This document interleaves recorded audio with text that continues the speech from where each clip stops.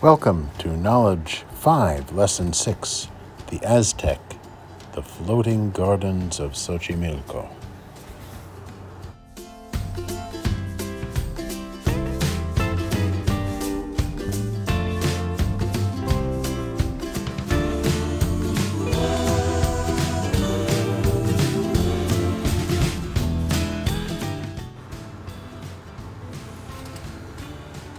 Paddling across the lake, the overpowering smell of blossoming flowers reached Torn Wing before he could even see them.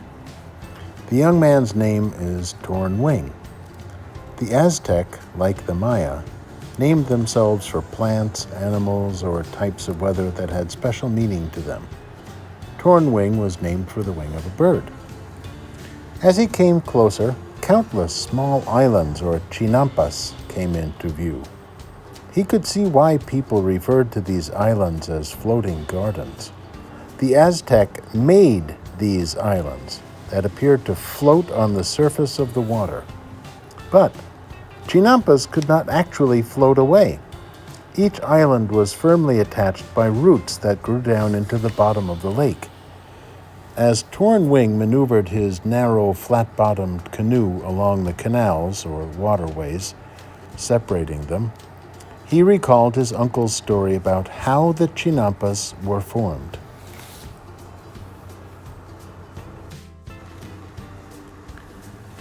The Aztec had dug ditches out of the swampy land for water to flow through, then covered rafts made of reeds and branches with mud dredged up from the bottom of the lake.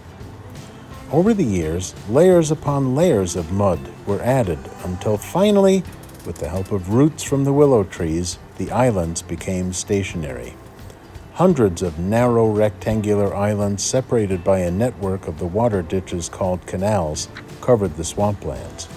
For the people who had long sought a way to grow plants even in times when there was no rainfall, these island gardens provided a wonderful solution.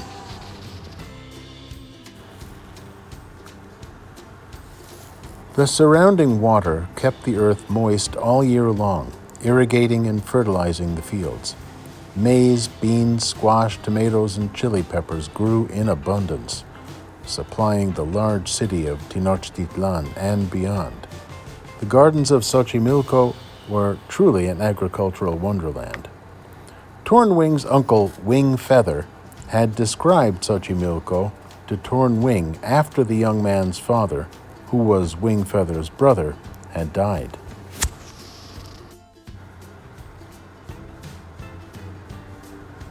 His uncle had said, "My brother was a good man and a good farmer. Did he teach you everything that he knew?" "Yes, Uncle," Torn Wing had answered. "I worked at his side in the fields. We always had the best crop of any near our village." "Good," his uncle had said. "I want you to know that even though your parents are gone now, you are not alone. Your aunt and I want you to come and live with us as our son. I can use your help in my business, and since we have no son of our own, when I grow too old to work, it will become yours. But nephew, I do not want to make you leave your familiar home. If you prefer to stay in your own village, I will help you by giving you cacao beans. But if you choose to live with us, you should know that the city of Tenochtitlan and its nearby floating gardens are a wonderful place to be." Torn Wing answered, "Then I will come, Uncle."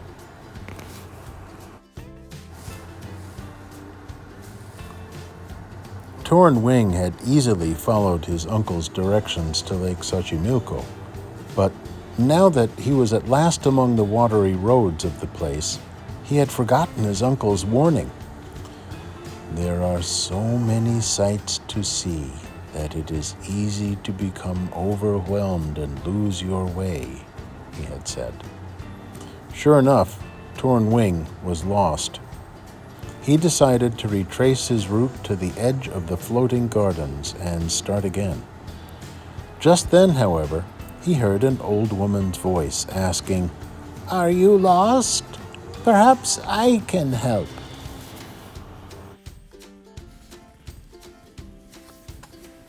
Turning, he saw a short, gray-haired woman smiling warmly at him. She was sitting in a boat tied by a rope to the nearest Chinampa. "If you are lost," she said energetically, "you are not the first. When I was a girl and came here for the first time, it took weeks before I learned my way around." Tornwing smiled back and said, "You're very kind. As a matter of fact, I am lost. I was trying to find my uncle. His name is Wing Feather." Her smile grew even wider. "I know him. He and my sons are friends. They can take you to him." She squinted closely at the young man. "So you are Wing Feather's nephew. He told us you were coming. My name is Moon Wish." She turned and called over her shoulder, "Star Webb, Loud Song, come here."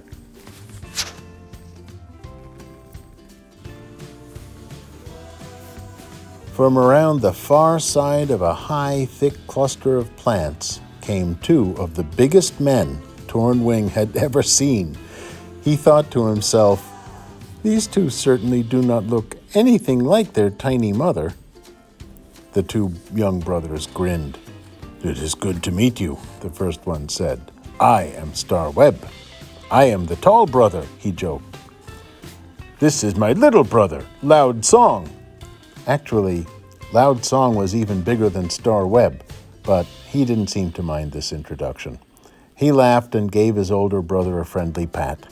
Then Star Webb added, "Loud Song is especially glad to become friends of Wing Feather's relatives."